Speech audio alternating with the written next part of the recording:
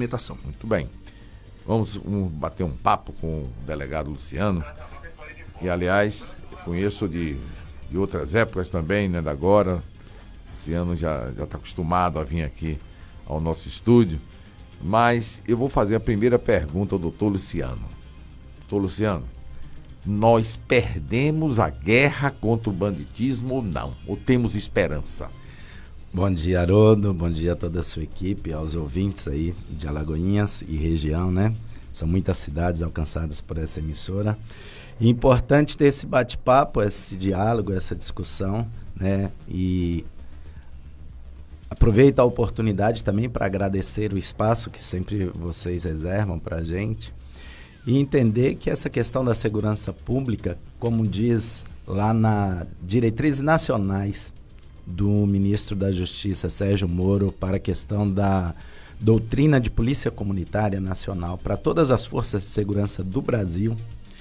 Essa medida dele foi decretada agora, se eu não me engano, em maio, junho de 2019, e fala o seguinte: a polícia é do povo e o povo é da polícia. A segurança pública, ela só dá resultado quando ela é tratada de forma coletiva, com a participação das autoridades do município, com a participação do Poder Legislativo, do Ministério Público, do Judiciário, com a participação da sociedade civil organizada, dos sindicatos, com a participação da família.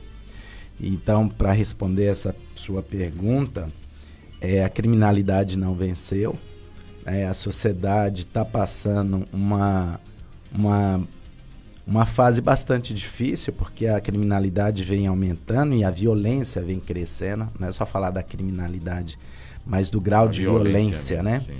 Vem crescendo, mas o Estado está de prontidão, né, no combate, e a sociedade organizada tem que também necessário fazer algumas mudanças de comportamento, mudanças na legislação.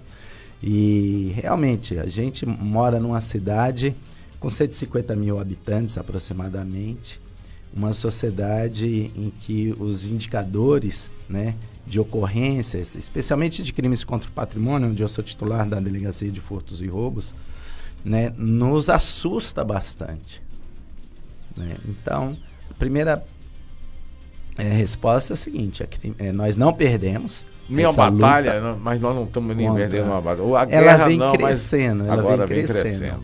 Agora, nós temos que tomar ações assim urgentes e estruturantes para melhorar toda essa situação, né? Porque é um direito do cidadão ter segurança pública, né? É um direito. E aqui vai o meu primeiro recado para aquela corrente, né, jurídica nacional e internacional do chamado garantismo jurídico. Né? O garantismo. Vamos garantir o direito do meu filho de 8 anos de idade, de minha filha de 6 anos de idade, sair na calçada de casa de manhã para tomar sol e passear com o cachorro sem eu ter o medo, né, de que eles vão ser assaltados. Que eu possa fazer isso tranquilamente. E eu dentro da minha casa, e minha esposa perguntar: onde é que está a linda, onde é que está o bem? Então aqui na frente de casa, na calçada, tomando banho de sol e passeando com o dog, o cachorrinho nosso, entendeu? Então, eu quero o garantismo, essa corrente garantista, que toma bastante amplitude no mundo jurídico nacional. Eu quero que reveja essa questão do garantismo dos direitos e do exercício de cidadania para todo cidadão habitante de Alagoinhas. E não apenas uma doutrina garantista que venha, né, determinar uma legislação e uma interpretação jurídica que favoreça apenas as garantias e os direitos do criminoso. Isso daí seria uma inversão de valores. Mas, Luciano, as pessoas falam, a gente, não no microfone, mas na rua você ouve muito também isso, Luciano, que é aquela história, aquele mito: a polícia prende, a justiça solta. Por que isso? Por que ainda existe isso, Luciano? Alguém está fazendo lá, na hora de tomar um depoimento, alguma coisa errada, alguém escreveu algum detalhe que o advogado aproveita isso, se aproveita disso? É o garantismo jurídico, por exemplo, de você responder o processo criminal, mesmo condenado em primeira instância, você responder em liberdade. É verdade. Você responder em liberdade. E eu lido com esses casos diuturnamente. Hoje eu tive que acordar 3 horas da madrugada, 2 horas da madrugada, para fazer esses 3 relatórios aqui. Estou falando para você. Ó. Todos de réus presos. 2 horas da madrugada. Todos de réus presos, né? Sim. Todos eles já foram presos anteriormente. Inclusive tem um que foi preso aqui por porte ilegal de arma de fogo. Eu vou ver direitinho qual foi deles. E agora ele estava... Eu acho que foi... Eu vou contar a história de cada um deles aqui. E ele estava cometendo assalto. Então, reincidente. Reincidente. Que juridicamente, tecnicamente, não é reincidente porque não teve a primeira sentença penal condenatória transitada em julgado. No caso, ele cometeu um crime, não foi julgado e cometeu outro. Já foi julgado, mas a sentença dele não transitou em julgado. Não transitou em julgado, né? Tem recurso, né? Ele é um criminoso contumaz, o criminoso que frequenta várias vezes a delegacia de polícia. Mas ele não frequentou várias vezes, mais de uma vez, o tribunal, em sentença penal última, né? Entendi. Condenatória, definitiva. Por causa da demora da justiça. Exatamente. Mas me diga uma coisa, Luciano, a forma que o advogado se aproveita de uma falha... De uma série de brechas dentro da legislação que dá direito a isso. Né? Uma série de coisas que tem que mudar, que são consideradas assim, verdadeiros absurdos. A gente, inclusive, eu já posso conversar com vocês aqui e convidar a população jurídica e acadêmica de Alagoinhas para participarem no dia 12, dia 13 de setembro, um seminário, um congresso organizado pelos alunos do curso de Direito da Unib, onde a gente vai discutir o programa anticrime, projeto de lei, né? Anticrime do Sérgio Moro. Sérgio Moro, que ainda não foi votado, né? Não foi votado ainda, não entrou em discussão e que nós precisamos dessas reformas, nós precisamos dessa discussão para termos um Estado forte no combate à criminalidade. Porque a legislação que nós temos hoje, essas brechas, né, e a atividade da defesa, né, dos advogados, conhecedores de todo esse mecanismo, de todo esse sistema, consegue colocar os criminosos em liberdade bem rápido possível. Tô, Luciano. Nós temos, por exemplo, e tem poucos anos no Brasil, que foi colocado de maneira imposta pelo Conselho Nacional de Justiça essa questão da audiência de custódia, né? E a audiência de custódia, eu entendo que ela pode ser melhorada dentro do seu aspecto de análise, né? Inclusive, há críticas que ela sempre foi cumprida, né, de acordo com o pacto lá de São José da Costa Rica, que o Brasil é signatário, ela sempre foi cumprida porque fala-se ali na questão de uma autoridade judicial. E o delegado de polícia, ela é autoridade, eu sou polícia judiciária, eu sou autoridade judicial também. Sim. Né? Não fere esse pacto se o preso foi apresentado diretamente à autoridade policial. Entendi. Agora, doutor Luciano, o repórter Luciano Reis, há pouco, participou de um café da manhã lá no comando da Polícia Militar, da PM, e o tenente-coronel... Reginaldo Moraes. Isso, ele ficou pasmo quando ele, depois de um ano aqui de trabalho, ele disse que nunca viu tanta arma, tanta facilidade de arma, de as pessoas conseguirem armas aqui em Alagoinhas. O que é que o senhor tem a dizer com isso, doutor Luciano?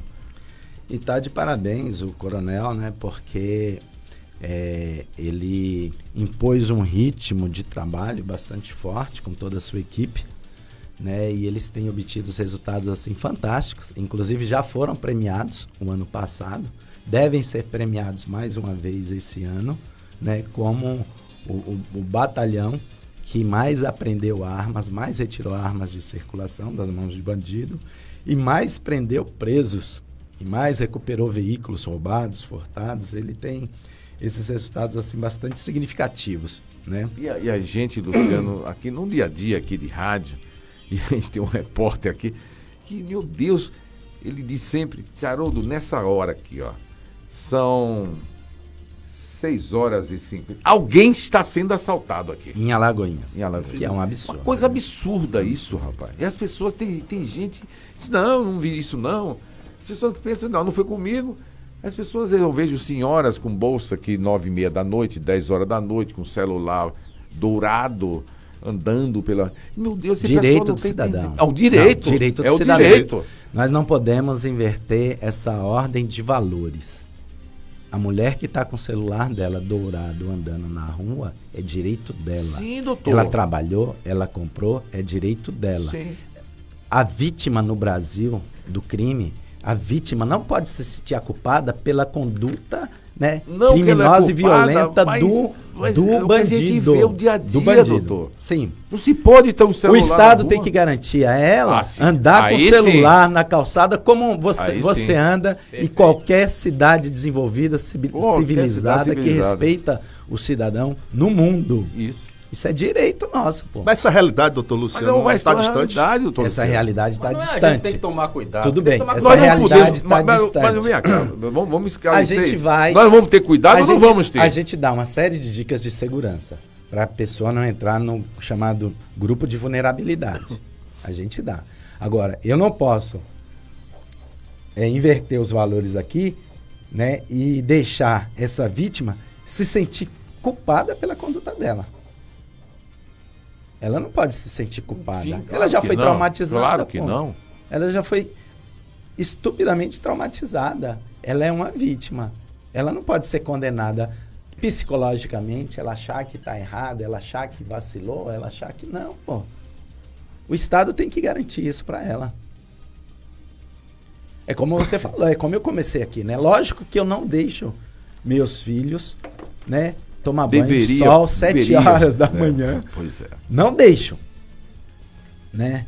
Mas se acontecer de eu sair na porta da minha casa e tiver 2 motoqueiros armados me esperando, me assaltaram, eu também não vou poder me sentir culpado. Sim. Né? Eu Claro. também não posso me sentir culpado, pô. Claro. Agora, o Estado tem a obrigação de garantir que essa senhora ande com o celular dela, que meus filhos e os filhos de todos os alagoinhenses saiam 7h da manhã para tomar um banho de sol na calçada, pô. Agora, Ou sentar na cadeira, na porta, não Sentar pode na mais cadeira, esse não. direito. O que é que o governo do estado disponibiliza em termos de forças de segurança para justamente dar essa segurança para a população? E aí eu falo preferencialmente em Alagoinhas e região. O que é que nós temos para sair seguros? Você está fazendo a pergunta ao doutor Luciano? doutor Luciano. Ah, sim. Tem questões assim que são estruturantes, né? Estruturantes. Não depende de mim, não depende de você. Por exemplo, no caso aqui de Alagoinhas, eu lembro que eu já tive com vocês logo no início, quando eu cheguei aqui, e eu bato sempre nessa tecla. Existem mudanças, necessidade de mudança na legislação, para a gente deixar de trabalhar com a mesma população de criminosos. É aquela coisa, a nossa criminalidade conhecida, ela continua solta, praticando crimes, ela entra e sai do sistema prisional muito rápido, muito rápido. Basta a gente ver de forma vergonhosa agora o indulto de Dia dos Pais para o Nardoni, que matou a própria filha. Como é que um pai que matou a filha tem um indulto? Mas, rapaz, não tem sentido Ou de isso. Dia dos Pais. A E outra filha coisa, que matou isso. E outra coisa. Ele que matou, né? E o outra, pai. Dia dos Pais. outra coisa, ele cometeu um crime extremamente bárbaro. Um dos mais graves do nosso Código Penal. Me lembro. E recebeu, no Brasil, né? Recebeu assim uma condenação exemplar, uma condenação alta. E ele já está respondendo em liberdade? essa condenação... Tem o indulto o dia dos pais, essa condenação não é alta. No Brasil, a gente precisa rever essa questão do tempo máximo de cumprimento da pena, que é de 30 anos. Um crime hediondo desse, rapaz, não pode. Um homem desse não pode viver na sociedade. E quando você aplica todos os benefícios de progressão do regime estudou, e de diminuição da pena, e tal. diminuição da pena, o cara que cometeu esse crime bárbaro, ele não lembro, vamos supor, ele foi condenado a 30 anos. Com 15, 20 anos ele já responde de liberdade. Pois é. Ele é jovem, tem expectativa de vida hoje de 75, 80 anos. Pois é. Né? É verdade. Quando foi colocado no Código Penal esse tempo máximo de cumprimento de pena de 30 anos, a expectativa de vida no Brasil era bem menor. Bem menor. Então, uma das coisas que a gente tem que rever. Na Itália, o criminoso, o assassino que atentou contra a vida do Papa João Paulo II, recebeu prisão perpétua. Sim. Recebeu prisão perpétua. Então, essa sensação de impunidade... Não foi nem um homicídio, foi uma tentativa. Essa sensação de impunidade que a gente vê aqui no Brasil, ela é muito alta. E passa por esse, é o chamado preceito secundário do crime, né? Que é a pena. As penas são baixas no Brasil. Se fala muito que o Brasil é um dos países que mais encarcera criminosos no mundo, né? Aí fala desse chamado... 700 mil? Né? Aí vamos fazer uma política de desencarceramento. Só que esse é um número relativo, porque o tempo de cumprimento da pena efetivo que o criminoso no Brasil cumpre, ele é extremamente pequeno. Agora, assaltantes de banco, né, que fazem toda aquela ação terrorista nos municípios, que usam explosivos, que atiram contra as viaturas, atiram contra as unidades do Estado. Se preso, processado e condenado, não passa mais do que 5 anos na prisão. Agora, doutor Luciano, incentivo. Deixa eu aproveitar aqui, que a gente vai aproveitar. Eu soube que o senhor tem um compromisso agora, mas a informação que eu tive ontem, e eu dei essa informação aqui, Luciano, é que a cidade de Madre de Deus, mais ou menos 20 e poucos mil região habitantes, metropolitana de Salvador. Né? Pois é. Mas eles comemoraram ontem, doutor Luciano, que durante um ano não houve nenhuma tentativa de assassinato, nenhum assassinato. Por quê? O que está havendo em Madre de Deus que nas outras cidades não tem, doutor Luciano? Vamos lá. Distribuição de renda, uma renda per capita altíssima, né? Verdade. Geração de empregos e oportunidade. Deve ter lá bastante programas sociais. Eu não conheço, mas estou falando assim. O que a gente tem que fazer, porque né? Deve ter um motivo. O que a gente tem que fazer? Porque não é só responsabilizar, né, doutor Luciano? Por exemplo... O crime, no caso, a criminalidade, né? Não. Tem uma Quando fala ali, no artigo 144 da Constituição Federal, segurança pública é dever do Estado, direito e responsabilidade de todos, passa por essa questão de ações coletivas. Lógico, deve ter melhorado o policiamento, deve ter aumentado as ações, né, do Poder Judiciário, de decretar e manter as prisões preventivas dos criminosos, de dar ferramentas de investigação policial, tipo as interceptações telefônicas, tipo as buscas e apreensões, nesse sentido. Mas isso não corre assim, Luciano. Eu vou falar com você, Luciano, não estou dizendo que você é do meio, do ramo, não, meu. Mas será que tem algum episódio? Madre de Deus, não vamos lá não, que o bicho lá pega. Será que tem isso, doutor Luciano? Não, o trabalho não é de fora para dentro, não. O trabalho é de dentro para fora. O trabalho é dos gestores da segurança pública daquela localidade e, quando eu falo assim, gestores de segurança pública, tem que colocar no conjunto prefeitos, vereadores, secretários, né? Todo mundo, os mecanismos de comunicação. Todo mundo é responsável por isso. É responsável, e tem que fazer a sua parte. O prefeito é responsável, a Câmara de Vereadores é responsável, o juiz é responsável, os delegados, todos, né? São responsáveis, todos responsáveis. Nova York deu um grande exemplo para o mundo inteiro na década de 80. Ali foi tolerância zero. Rodolfo Giuliani, né? Isso. Então, pronto, ele Tolerância é o prefeito. Ele é zero. prefeito. Ele Prefeito? chamou para si a responsabilidade Foi. do problema. As mortes acontecem dentro do meu território. Os assaltos acontecem dentro do meu território. Eu sou o prefeito desse território. Né? Eu tenho que fazer alguma coisa, eu tenho que me sensibilizar. Mas eu tenho aqui que, no Brasil você não vê isso. Eu tenho né? que sacudir e cobrar as outras O autoridades problema também é da das quais eu polícia. dependo. Não. A responsabilidade é da... O prefeito, nem prefeito, nem vereador assume essa responsabilidade. Não, mas tem Eu municípios... sei que teoricamente o senhor está certo. Olha, tem municípios que já criaram sua própria Secretaria Municipal de Segurança Pública. Tem municípios, No sul. Tem municípios que formam, investem bastante na sua guarda municipal. Tem prefeitos, né, que fazem parte de comitês interinstitucionais de segurança pública, né, escutam o seu delegado de polícia ou a polícia civil local, escutam o comandante do batalhão, o comandante da polícia militar, tomam ações e dão resultados. Né? Então, Madre de Deus, a gente deve, né, conhecer mais, aprofundar, e o que é bom a gente copia. Claro. Copia, aplica e depois vai colher os resultados. Doutor Luciano, há um anseio, não é, da população de bem, né, e todos nós conhecemos, né, o trabalho da equipe de investigação da Delegacia de Repressão a Furtos e Roubos, não é, quando se fala em doutor Luciano... Eu que passei lá uma tarde, eu vi até, eu não sei se eu posso falar isso, viu, doutor Luciano, me desculpe se eu falar, eu vi gente de férias trabalhando, senão não funcionava. Eu vi isso, eu estava lá, pessoa de férias, com férias vencidas, e diz, bom, eu tenho que trabalhar, porque eu tenho que produzir, porque não tem gente para isso aqui. E quando se fala doutor Luciano, tem essa... Pois é. Essa credibilidade perante a população de bem. Mas, doutor Luciano, o cidadão, né, de Alagoinhas já não suporta mais e deseja saber, né, da autoridade, que é o doutor Luciano, o que é que a Polícia Civil, de que forma é que a Polícia Civil vem se articulando, vem desenvolvendo estratégias para, quando nada, reduzir, né, a onda de assaltos a ônibus interestaduais aqui nesse trecho de Alagoinhas. Vamos lá. Eu vou passar uns dados aqui. Por exemplo, de janeiro a junho de 2017. Eu tenho dados 2017, 2018 e 2019. Né? Então, nós tivemos 1.623 ocorrências. 2018, 2.156. 2019, 2.330. Então, vê um aumento significativo.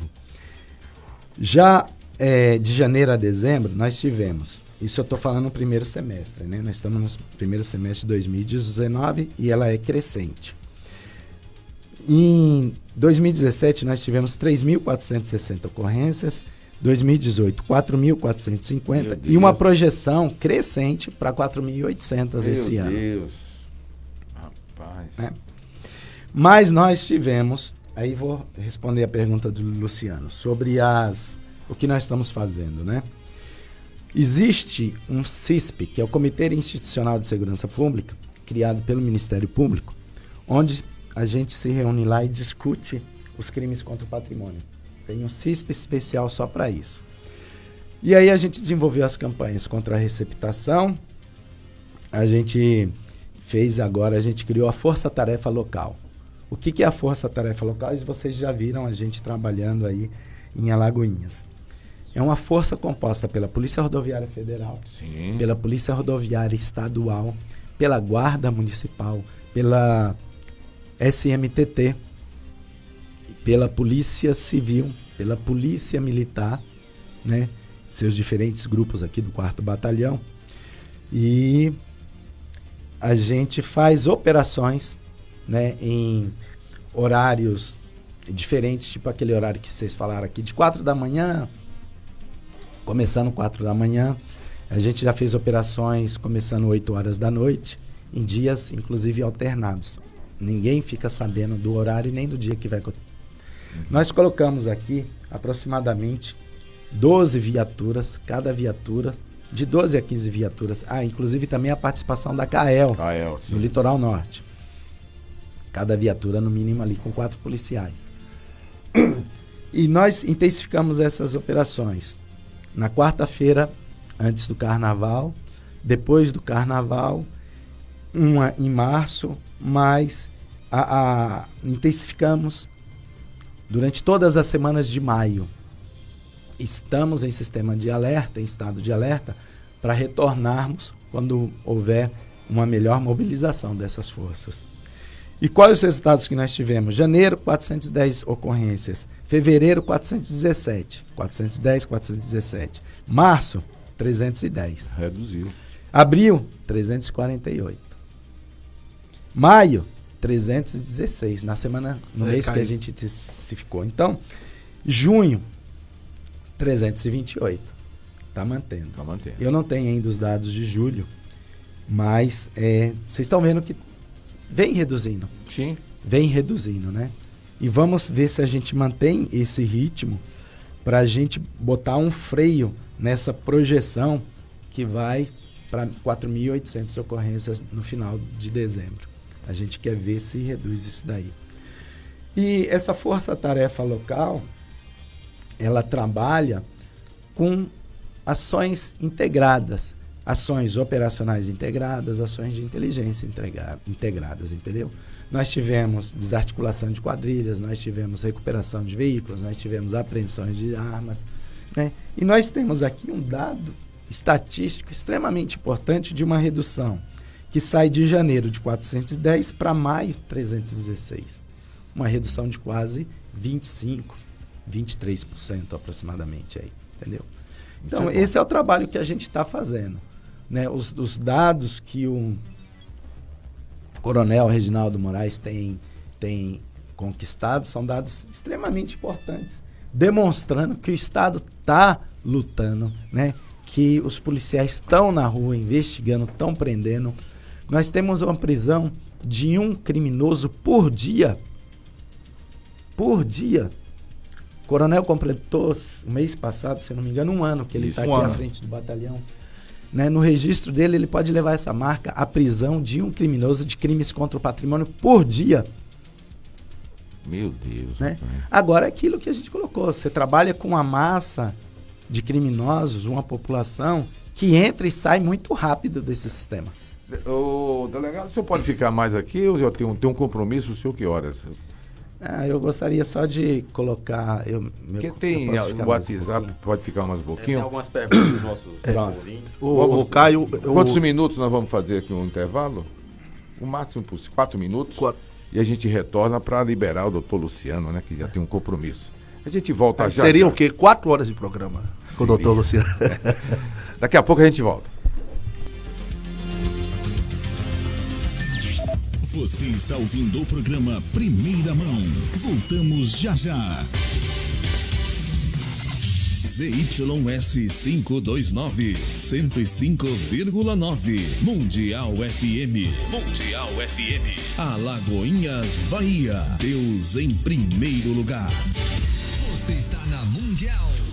O futebol é paixão mundial e envolve amor, alegria, festa e muita emoção. Dentro dessa mistura, o ingrediente que não pode entrar é a violência. Dentro e fora de campo, o respeito e a tolerância devem prevalecer. Para a paz nos estádios reinar, cada um deve fazer a sua parte. Afinal, torcedores podem ser adversários, mas jamais serão inimigos. Atenção, usuário da Zona Azul Digital de Alagoinhas. A EPARC tem um aviso importante para você. A tarifa do rotativo é pré-paga, mas caso não tenha adquirido o seu crédito antecipadamente, um dos nossos monitores deverá atendê-lo dentro da tolerância. Mas fique atento ao tempo limite em uma mesma vaga. A prática de exercícios é extremamente importante para a saúde física do nosso corpo. Assim como a água tem uma função importante para o organismo, se exercitar é indispensável para manter a musculatura em movimento, gastar energia e fortalecer os ossos e articulações. Além de ajudar na diminuição do estresse, melhora no fluxo de sangue ao cérebro e redução da ansiedade. Praticar exercícios regularmente previne todos esses problemas e também ajuda na recuperação de depressão e autoestima, que são muito comuns na sociedade. Mova-se, viva uma vida feliz. Ainda bem que tem HCA em Alagoinhas. Hospital de Clínicas de Alagoinhas. Pode confiar. O momento do nascimento é um dos mais delicados e especiais para a mamãe e seu bebê. Mas antes do grande momento, muitas dúvidas surgem e entre elas está a escolha entre parto normal e cesárea. No Brasil, o número de cesáreas é super elevado. Mas você sabia que os benefícios do parto normal são inúmeros? Por ser um método menos invasivo, em poucos dias, a mãe está recuperada para dedicar toda a atenção ao neném. Pense na possibilidade. Pense no parto normal. Laboratório Quality, eu e os médicos de Alagoinhas recomendam. Laboratório Quality na Praça Rui Barbosa. A escola é o palco onde a promoção do saber precisa ser protagonista. Um ambiente em que o respeito, o carinho, a imaginação e a fraternidade devem caminhar juntos. Nesse contexto, a violência de qualquer tipo, em qualquer circunstância, não pode ter espaço. Coordenação, professores, pais e alunos. Manter a paz é responsabilidade de todos e de cada um. A Panificação Central não é apenas uma padaria. A Padaria Central é delicatessen, restaurante e café da noite com a melhor sopa de Alagoinhas. Panificação Central fica no centro da cidade. Segundo dados da Organização Mundial de Saúde, o infarto agudo mata cerca de 15 milhões de pessoas por ano. Infelizmente, as causas genéticas que podem levar a um infarto não são possíveis serem alteradas. Porém, uma alimentação balanceada, a prática de exercícios físicos regulares e evitar álcool e tabaco são medidas simples que podem diminuir consideravelmente suas chances de ter o problema. Restaurante Antônios, o melhor restaurante de Alagoinhas. Experimente a feijoada aos sábados no almoço. Restaurante Pizzaria Antônios, o melhor de Alagoinhas. Ficou na história. Acontecimentos que marcaram o mundo. Da série Segundo Reinado. O ciclo do café. Uma xícara de café tem muito mais história do que você imagina. Durante o Segundo Reinado e após, esse grão foi o motor da economia brasileira, recebendo a alcunha de Ouro Preto. Além disso, ele foi essencial para o desenvolvimento socioeconômico e urbano da região sudeste e proporcionou o aumento da visibilidade do Brasil no mercado internacional. Um exemplo claro do poder e riqueza dos cafeicultores é a famosa Avenida Paulista, coração econômico da capital paulista. Essa rua, no princípio, era formada pelos casarões dos barões de café, que hoje dão lugar a bancos e grandes empresas. Por fim, a necessidade de mão de obra para as grandes plantações proporcionou aumento da imigração europeia, principalmente italiana, para o interior paulista. Continue acompanhando a nossa programação e fique por dentro dos fatos que marcaram a nossa história. Você ouviu? Ficou na história. Estamos de volta com o programa Primeira Mão.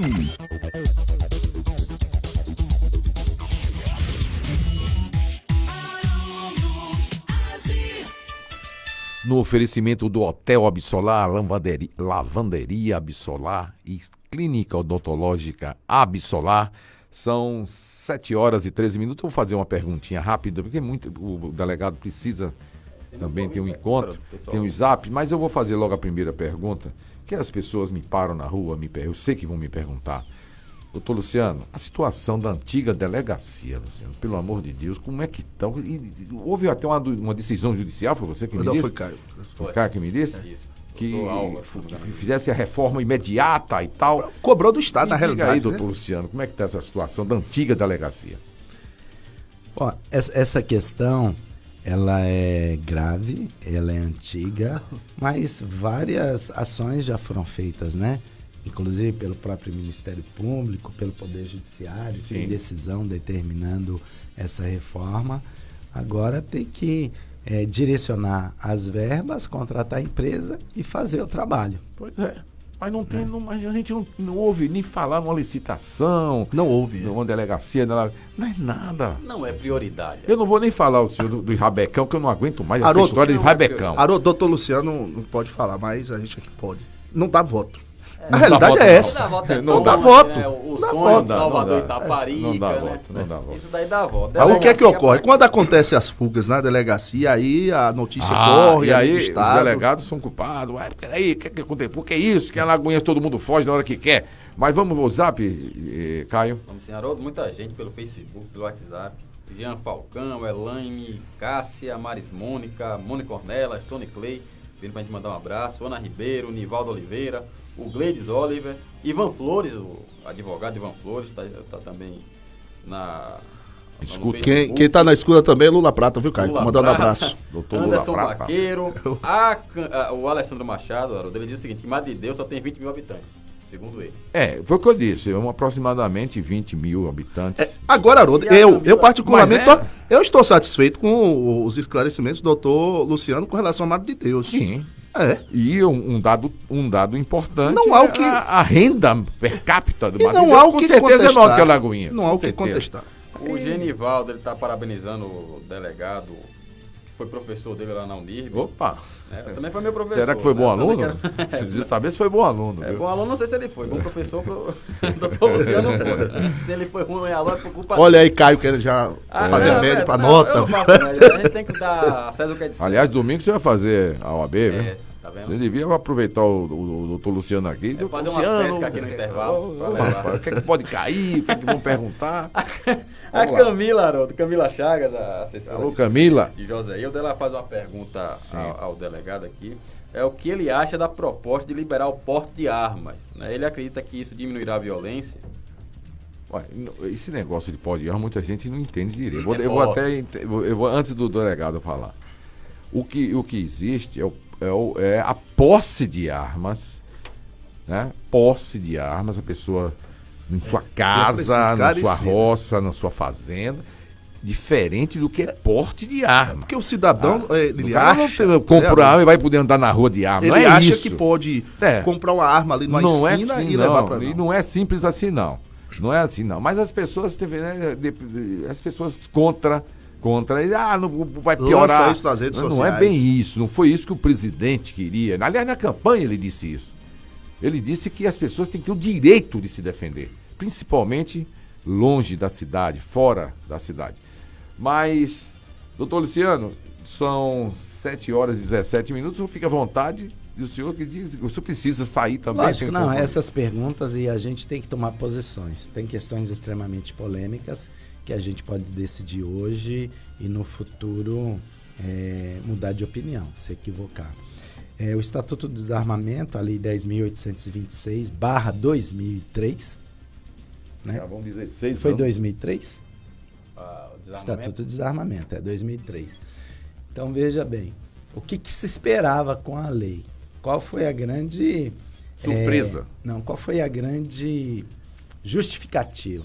A redução do número crescente de homicídios. Aí eu pergunto, reduziu o número de homicídios? Não. Se você pegar as estatísticas de homicídios no país de 2003 em relação a hoje, ela aumentou exponencialmente. Né? E o que a gente tem visto também hoje, essa questão da certeza que o criminoso tem de invadir a sua intimidade, a sua privacidade, o seu patrimônio, a certeza que ele tem que você está desarmado. Isso tem gerado uma situação assim bastante, né, desproporcional. Porque nós temos visto ações de criminosos armados hoje que nós não víamos há 15 anos atrás. Sim. Em plena luz do dia, o cara em zona comercial, o cara te assalta, o cara te ataca, né, dentro da sua casa. Nós não víamos isso.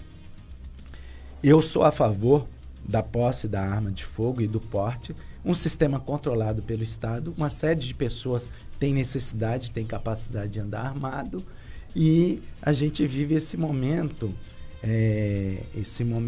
difícil, né? Onde a criminalidade avança e o cidadão tem que ter o seu direito de se defender. Né?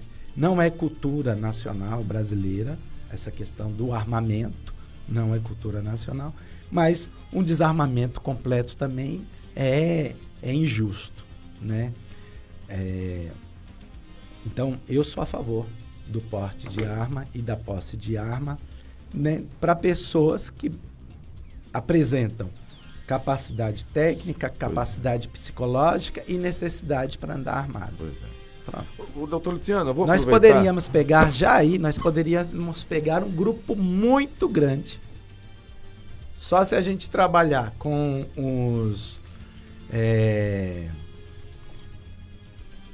motoristas profissionais, os profissionais da área de segurança patrimonial, nós poderíamos pegar em um grupo muito grande.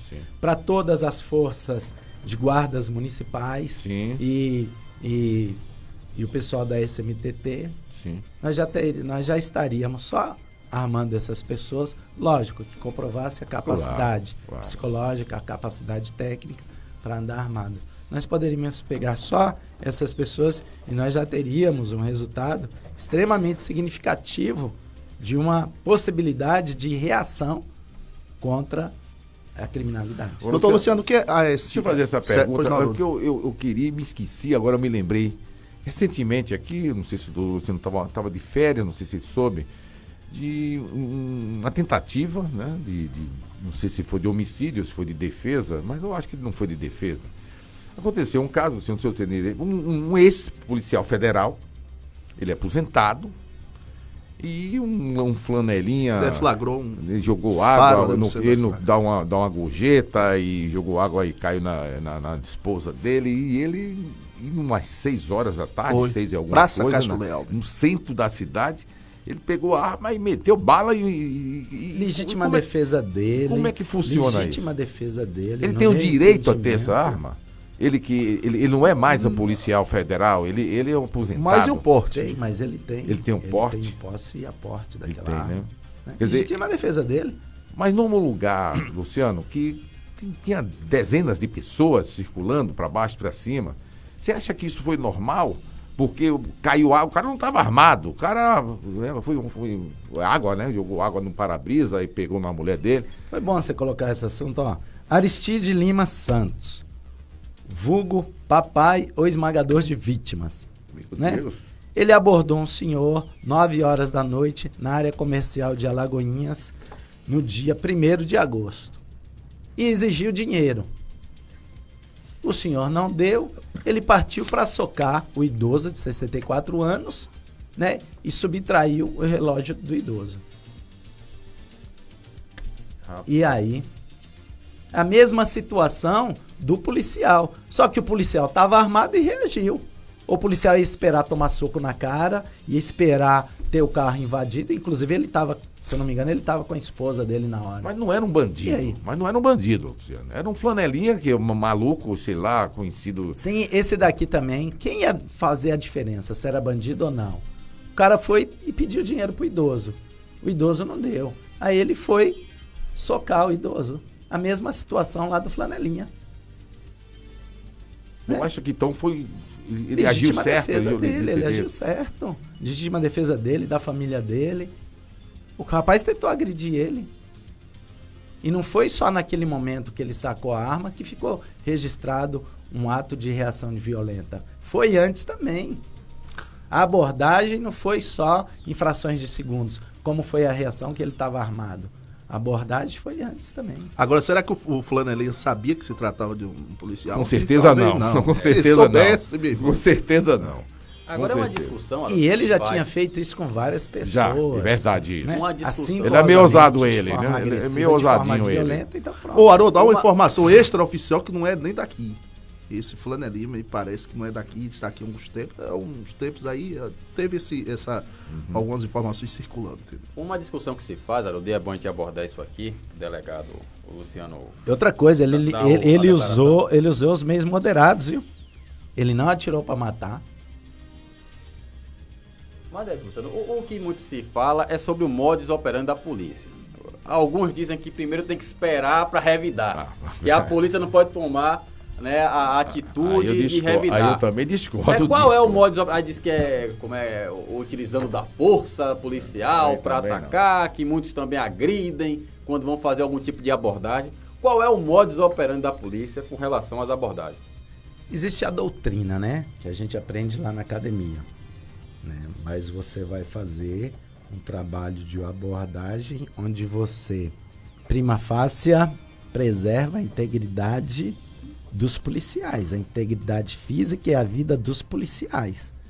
A primeira ação de abordagem é essa, né? Por isso toda aquela, né, aquele... É uma técnica, né? Tem toda uma técnica. As pessoas dizem, o cara tá botando a perna com o outro, o braço não sei o quê. Tem toda a técnica. Mas tem né? toda a técnica. Inclusive, não é pra machucar, né? Inclusive, uma coisa que a população não entende é o seguinte, é a voz no comando imperativo alto, porque você tá num local aberto e às vezes isso é interpretado com falta de educação, falta de respeito, com despreparo, né? Mas não, quem tá no comando da abordagem policial é o policial.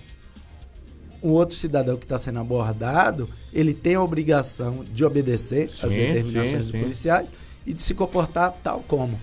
Tudo bem. Tem gente lá. Alô? Alô, bom dia. Bom dia. Ô, Haroldo, gostaria de fazer uma pergunta, delegado, por favor. Pois não. É porque a polícia não aproveita mais, Haroldo, a tecnologia do celular, porque muitos roubos estão lá na cidade. Não aproveita mais o quê?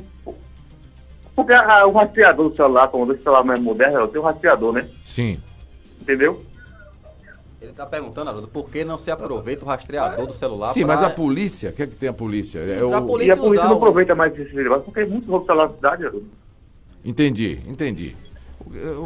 A gente está com um problema, inclusive, com as operadoras, porque a gente fez alguns pedidos aí e tem como identificar na mão do receptador para onde foi parar o celular.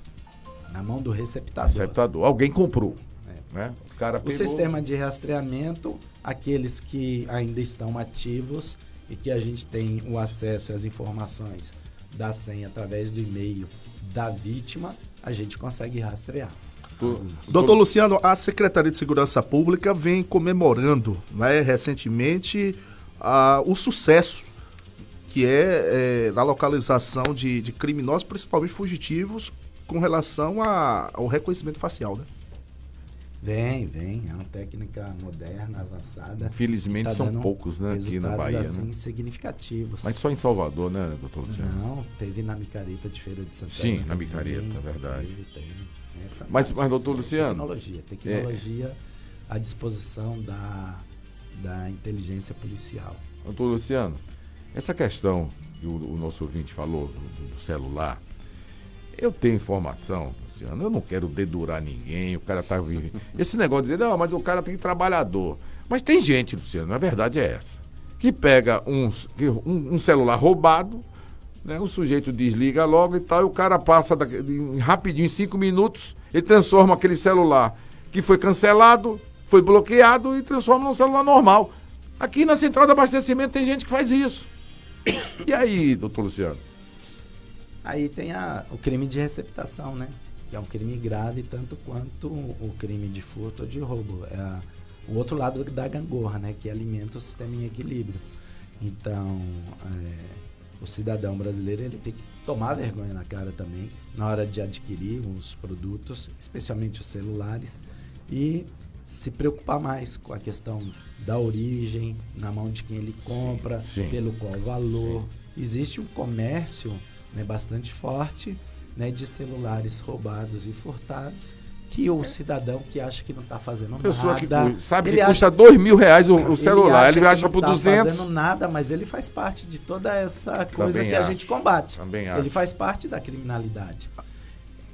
A Polícia Civil tem monitorado esses grupos nas redes sociais, doutor Luciano? Vira e mexe, a gente está vendo aí, nas redes sociais, páginas, né, no Facebook, celulares que no mercado aí... R$2.000, o cara tá vendendo por 300. Já teve várias prisões, né? Eu recordo, já noticiamos. Tem uma recente que eu relatei segunda-feira. E o rapaz, o receptador, já está respondendo em liberdade. Ele lançou aí nesse site aí pelo Facebook, eu acho, LX, não sei, o celular que era roubado. Mas o senhor como advogado, eu vou falando com o doutor delegado, o senhor como advogado, mas por que essa facilidade? Ele é um receptador, ele é um criminoso, e por que já está solto, doutor doutor Luciano? Como advogado. Porque o advogado aproveitou alguma falha, algum erro? Não, o juiz achou que é uma coisa banal? Não teve falha. Não teve falha, né? É dentro do sistema legal vigente. É bom que as pessoas saibam, o doutor Caio poderá ser um advogado amanhã, tem um código aqui no Brasil de 1946. Ele pagou fiança de 2.000, ele teve custo com advogado, ele vai deixar de ser réu primário, ele vai ser condenado e ele vai voltar para o sistema. Agora, se vai ter sentença penal transitada em julgado, se ele vai cumprir a pena depois da primeira condenação, esse é o grande problema. Eu não tenho ouvido falar do Agora, código. se a gente tivesse uma legislação, ó, o criminoso fica preso e responde o processo preso. Sim. Deveria ser. Tá longe. Prisão em segunda instância. Não, mas o Código 1946 ainda existe mas isso, a prisão rapaz. em segunda instância. O pessoal já tá fazendo um auê por causa da prisão do Lula, que é injusta, que não sei o quê. Então, tá para ser revogado a prisão em segunda instância. Né? No Congresso, inclusive, a gente vai apresentar algumas propostas de mudança no Código Penal para fortalecer, empoderar os agentes do Estado no combate à criminalidade. E, lógico, de um outro lado, se eu empodero o Estado, né, eu enfraqueço a criminalidade. Claro, é isso que precisa acontecer no país. Mas você não acha que, por exemplo, essa lei anticrime, né, ela entra em choque, né, com a classe política que é que vai votar esse projeto? A gente vê muita resistência, Haroldo, da classe política, principalmente desses partidos que foram atingidos pela Lava Jato. Bom, isso tem sentido, né? Então, vocês procuram um meio termo, negociar, fazer uma adequação do projeto para ver se passa alguma coisa no Congresso? Como é que vocês estão observando, né, essa situação? Aí vem o clamor social também, né? A divulgação em todos os meios de comunicação e os debates para serem discutido isso. E os eleitores vão saber também fazer os pedidos e pressionar os seus deputados, os seus senadores. Fazer o juízo de valor, né? No sentido de que isso é uma coisa boa para o Brasil, né? Uma coisa boa para o Brasil. Alô? Alô, bom dia. Bom dia. Alô, Eduardo? Estou lhe ouvindo. Alô? Haroldo, primeiro dar bom dia aos seus ouvintes e à sua bancada. Eu gostaria de fazer uma pergunta direta assim, ao doutor Luciano, que angustia todo mundo. Será que é a respeito do crime organizado? Porque a gente sabe que esses assaltos, toda essa violência que vocês estão falando é derivada, a maior parte é disso. O sujeito está devendo, vai roubar para pagar dívida e tal. Eu gostaria de saber dele se o crime organizado realmente ainda tem jeito, ainda dá para se resolver esse problema do crime organizado, se ainda tem solução. A gente tem a Família do Norte, tem o Comando Vermelho, tem o PCC e suas franquias, suas subsidiárias, que a gente sabe que chega nos condomínios, Minha Casa Minha Vida, nas periferias, e que já tomou conta do país. E a maior parte da violência é derivada disso. Eu gostaria de saber dele, que é um especialista, um estudioso, se realmente a gente pode ter esperança de resolver esse problema, como se aconteceu na Colômbia e outros países. A pergunta direta, eu queria que ele me respondesse isso aí.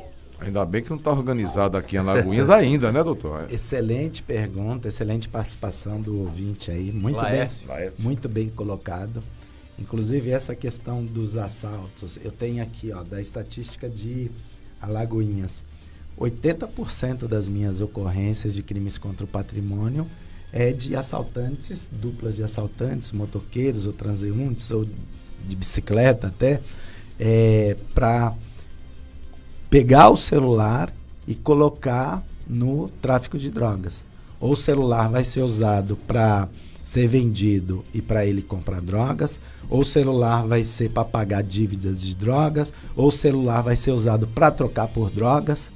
Não, esse é o destino dos aparelhos celulares, né? Essa é o nexo causal, é o fato gerador.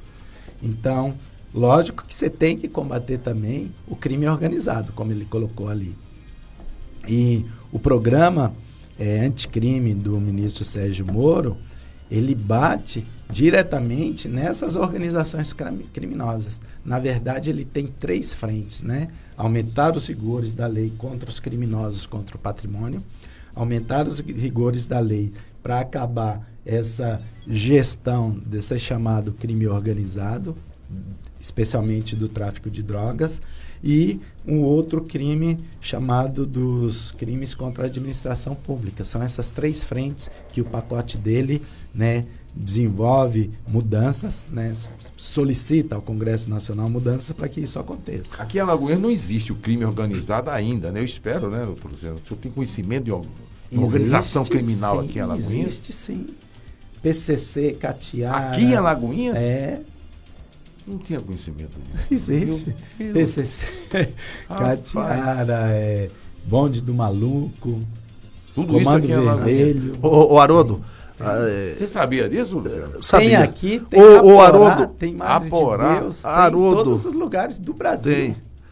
Rapaz. E aí virou Brasil. nacional. Haroldo, tem o ouvinte aqui, sempre está interagindo. Pedro, da Avenida Ayrton Senna, pergunta se o doutor Antônio Luciano é a favor da legalização da maconha. Respondo já. Só em relação à pergunta anterior do colega, que ele disse o seguinte: tem esperança? Lógico que o homem que tem fé em Deus, o homem que trabalha, o homem que quer o melhor, né, para sua família, para sua cidade, a gente tem que ter esperança. A gente vive num país extremamente bonito, a gente vive numa cidade, Alagoinhas, né, bastante próspera, né, com muitas pessoas do bem. Então, eu acho que a gente tem que ter essa fé, essa esperança e trabalhar para isso acontecer. Não vai cair do céu. Não vai cair do céu. Eu acho que se o Brasil aprovar esse pacote de lei anticrimes do Sérgio Moro, que deve ser o primeiro, né? Porque precisa de mais. Inclusive eu vou lançar no Congresso a nossa ideia de mudanças, a nossa necessidade de mudanças para aquilo que eu falo. Fortalecer e empoderar os agentes do Estado no combate à criminalidade e enfraquecer a criminalidade. Eu estou torcendo pelo senhor. Aliás, teve recentemente, na reforma da PF, é bom falar isso, que as pessoas pensam que de Alagoinhas não sai ideias boas, né? O caso, por exemplo, da emenda Antônio Rato, que foi, né, patrocinada pelo deputado Paulo Aze, conseguiu na relatoria, e aí, meu amigo, milhares de petroleiros serão beneficiados. Saiu daqui de Alagoinhas, doutor Luciano. Tomara que o seu projeto também seja aprovado lá, viu? Inclusive eu vou reconhecer firma, né? Vou protocolar a autoria, né? A autoria. E quero conversar com os congressistas baianos para que coloquem lá essas necessidades de mudança.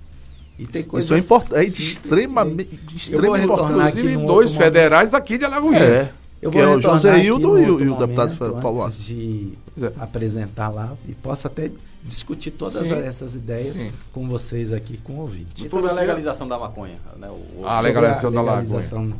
É uma situação, né, para se discutir, se pensar. Né? Num primeiro momento, quando eu comecei a minha vida acadêmica, eu era completamente contra. Depois de 18 anos na atividade policial, eu já tenho uma posição que a gente poderia adotar uma legislação temporária de aproximadamente uns 20 anos e avaliar, né, cientificamente esses resultados. Mas é uma ideia de enfraquecer o tráfico de drogas. Eu falei nesse instante que eu tive no Uruguai, vi isso. Eu vi numa farmácia vender a maconha, agora tem os limites. Cadastrado, as pessoas são cadastradas. Mas né? A questão da droga... reduzir o tráfico. Não tem a questão da droga. No caso da maconha, eu não estou falando de cocaína. Maconha. Tô falando maconha. O crack, a cocaína. Sim, aí é outra história. Mas o menos que faz é isso. Começa pela legalização da maconha. Daqui a pouco o cara que usa crack vai querer a legalização do crack. E os limites da lei? Os limites. Exatamente isso, né? O fato é que no Uruguai, eu tive lá, no Uruguai, reduziu o número de traficantes. Os traficantes, olha, no Uruguai não vou lá não, viu? Lá já é liberado, o cara compra na farmácia. Houve uma redução, o fato é esse.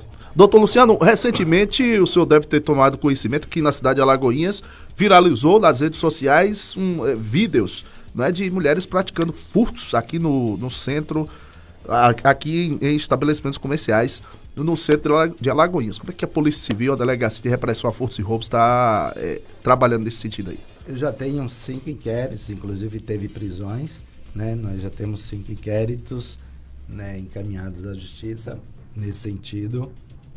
E a gente teve essa situação realmente, mas não ouvi mais nos últimos 15 dias nenhum outro evento de prática de mulheres nesse sentido. O senhor é a favor da pena de morte? Vamos concluir, viu, doutor? A favor, contra? Luciano, vamos concluir com contra a pena de morte, sou a favor da prisão perpétua e sou a favor do aumento do tempo de cumprimento de pena, das penas. O direito penal ele tem que ser intimidativo. Tem que ser. Ele tem que ter medo. Tem que ter medo. É o medo ao respeito. Luciano, muitas perguntas, mas o senhor vai voltar aqui. Estou precisando ir, tá? Está precisando ir, muito obrigado. Haroldo ajudou o Ibope lá para cima, né?